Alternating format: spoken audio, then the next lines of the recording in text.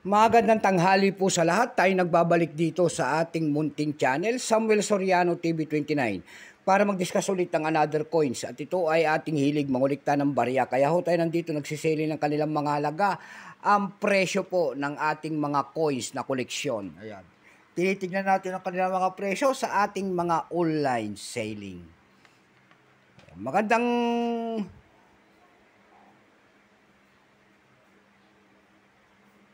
Magandang tanghali po sa lahat ng ating mga subscriber. Kung sa kayong dako ng mundo po, keep safe po sa lahat and God bless.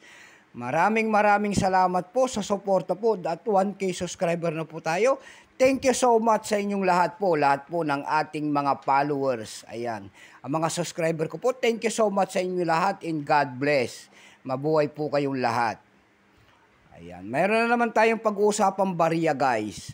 Yun naman pong hindi pa po nakapag-subscribe dito sa aking munting channel. Anyayaan ko lang sana kahit malaking tulong na po o bagay ang inyong magagawa. Tulad na lamang po ang pagpindot ng ating subscribe button, like and share para ma-update ko kayo sa mga latest ko pang gagawin mga video po. Meron na naman tayong pag-uusapang barya guys at ito po mga old coins. Ayan. 1 peso po ni Jose Rizal. Ayan, ang dakila natin bayani. Nakapanood po yan sa bagong lipunan series. Bago natin magsimula sa ating talakayan, kilalanin muna natin siya para makita natin ang kanyang presyo. Issue po nito ay Philippines po, Period Republic 1946 update po. Type nito Standard Circulation Coins, years 1975 hanggang 1982. Value nito 1 peso, ang bagong lipunan series. Currency piso 1967 update po. Composition niya ay copper nickel.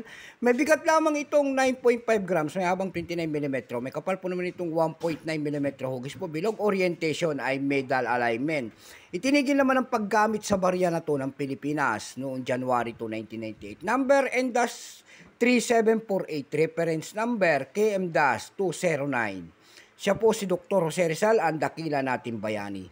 Ang kanyang nasa likod po, kung tawagin po ay The New Society Central Bank of the Philippines. Ayan. Dako tayo sa kanyang mga presyo. Ayan. Doon sa ating ebay.com, mayroon tayo nakita nagbebenta nito ng $28. Ito po ay rare coins daw. Mayroon naman tayo nakita nagbebenta doon, ayan, sa ebay.com ng sa ebay.com PH po. Sa ebay.com PH po, mayroon tayo nakita nagbebenta doon ng 1,566 pesos. Rare coins daw to. Mayroon naman tayo nakita doon na 1,569 pesos. Ayan. Parehas po na rare coins na tinatawag nila sa year 1977. Dakot naman tayo sa Carousel PH. Sa Carousel PH naman po, mayroon tayo nakita nagbebenta doon na 600 pesos. Nasundan po ito ng 500 pesos. Yung pinakamababa po na bintahan doon ay 300 pesos. Ayan lamang po ang ating may babaging kanyang presyo. Keep safe sa lahat and God bless.